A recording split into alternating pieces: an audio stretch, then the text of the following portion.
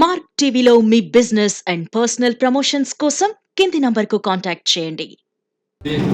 Parliament ఎన్నికల్లో Telugu Desam party నిర్ణయించిన అభ్యర్థులకు ప్రజలందరూ సహకరించి పార్టీని విజయపథంలో నడిపించడానికి కేంద్రంలో రాష్ట్రంలో ఎన్డీఏ కూటమిని అధికారంలోకి తేవడానికి ఈరోజు రాజంపేట అసెంబ్లీ నియోజకవర్గంలో తెలుగుదేశం పార్టీ, జనసేన, బీజేపీ నాయకులు చేసినటువంటి ఈ కార్యక్రమం అభినందనీయం.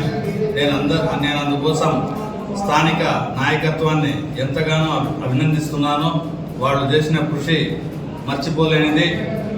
ఇదే స్ఫూర్తితో ఈ రోజు నుంచి మేమందరం కొనసాగి రాబోయే ఎన్నికల్లో కూటమి అభ్యర్థులను పార్టీ ఆదేశానుసారం విజయ దుందుబి మోగించడానికి కృషి చేస్తామని, అందుకు కార్యకర్తలు, నాయకులు, ప్రజల సహకారాన్ని నేను కోరుకుంటున్నాను. సార్, కొంతమంది రాకుండా నిరాశ చెందినారు కదా, అసంతృప్తి ఉన్నారు, వాళ్ళ ఇళ్లకు కలుపుకెళ్ళారు. పార్టీ అధినాయకత్వం ఆ ప్రయత్నంలోనే ఉంది. తొందరలోనే అన్ని సమసిపోతాయి. తెలుగుదేశం పార్టీ రాజంపేట అసెంబ్లీ నియోజకవర్గంలో విజయ ఢంకా ఖచ్చితంగా ముగిస్తుంది. సార్, రాజంపేట సమస్యలు మీ నోటీస్కి ఏమొచ్చినాయి, ప్రజలకు ఏమి ఇవ్వబోతున్నారు? పెంచా ప్రాజెక్టు తెగిపోయి అన్నమయ్య ప్రాజెక్టు మీద పడింది.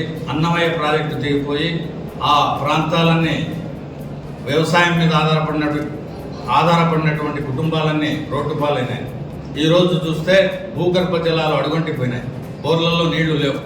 ఆ రైతులను ఈ రోజు వరకు పట్టించుకునే వాళ్లే లేరు.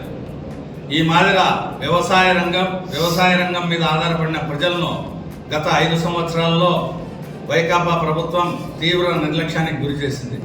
అవి తెలుగుదేశం పార్టీ హయాంలో రూపుదిద్దుకున్న ప్రాజెక్టులే. కాబట్టి మాకు ఆ స్ఫూర్తి ఉంది. మా పార్టీకి, మా ప్రభుత్వానికి.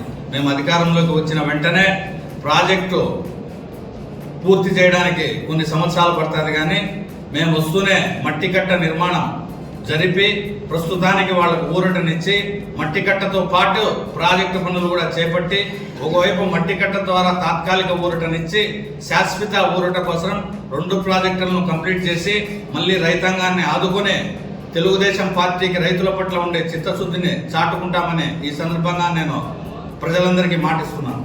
సార్, రాజంపేట నుంచి జిల్లా కేంద్రం తరలిపోయిందని ఒకటి, మెడికల్ కాలేజ్ తరలిపోయిందని ఒకటి, చాలా నిరాశగా ఉంది. ఇక్కడ వాళ్ళకి మీరు ఏ విధమైన అష్యూరెన్స్? ఖచ్చితంగా మెడికల్ కాలేజీ రాజంపేటలో ఏర్పాటు చేయించే బాధ్యత నాది. నారా చంద్రబాబు నాయుడు గారి ఆశీస్సులతో, నారా లోకేష్ గారి ఆశీస్సులతో రాజంపేట పట్టణంలో, రాజంపేట అసెంబ్లీ నియోజకవర్గంలో మెడికల్ కాలేజీ ఖచ్చితంగా ఏర్పాటు అవుతుంది. రాయచోటిని జిల్లా కేంద్రం చేసి వాళ్ళు ఎన్ని కోట్లు ఖర్చు పెట్టి అభివృద్ధి చేసినారో అంతకు 10 ఖర్చు పెట్టించి రాజంపేట పట్టణాన్ని నేను అభివృద్ధి చేసి చూపించి ఇక్కడ ప్రజల మన్ననను పొందుతానని ఈ సందర్భంగా నేను మాటిస్తున్నాను. వ్యవసాయ ఆధారిత పరిశ్రమలు, రైల్వే కోడూరు, రాజంపేట 2 నియోజకవర్గాల్లో మంచి వ్యవసాయం ఉంది. ఈ ప్రాజెక్టులు దిగిపోవడం వల్ల రైతాంగం నిర్లక్ష్యానికి లోనైంది. బాగా పంటలు పండించడం వల్ల వచ్చే పండ్ల తోటల ద్వారా వ్యవసాయ ఆధారిత పరిశ్రమలు ఏర్పాటు చేసి గల్ఫ్ దేశాలకు వలసపోకుండా, గల్ఫ్ దేశాల్లో ఏదైతే వాళ్లకు వేతనాలు వస్తున్నాయో దానికి కొంచెం సరిసమానమైన వేతనాలు ఇచ్చినా కూడా ఇక్కడ ప్రజలు వలసలు పోకుండా అరికట్టచ్చని, తద్వారా మనం ఉపాధి చూపించిన వాళ్ళం అవుతామని నా అభిప్రాయాన్ని ప్రజలకు తెలియజేసి, మళ్ళీ పార్టీ అధికారంలోకి వచ్చిన వెంటనే మళ్ళీ ప్రజలతో చర్చలు జరిపి ఏ విధంగా అయితే ఏ పరిశ్రమలు ఏర్పాటు చేస్తే ప్రజలు వలసలకు పోకుండా ఆగుతారో ఆ విధంగా నేను చేస్తానని చెప్పి ప్రజలందరికీ తెలియజేసుకుంటున్నాను.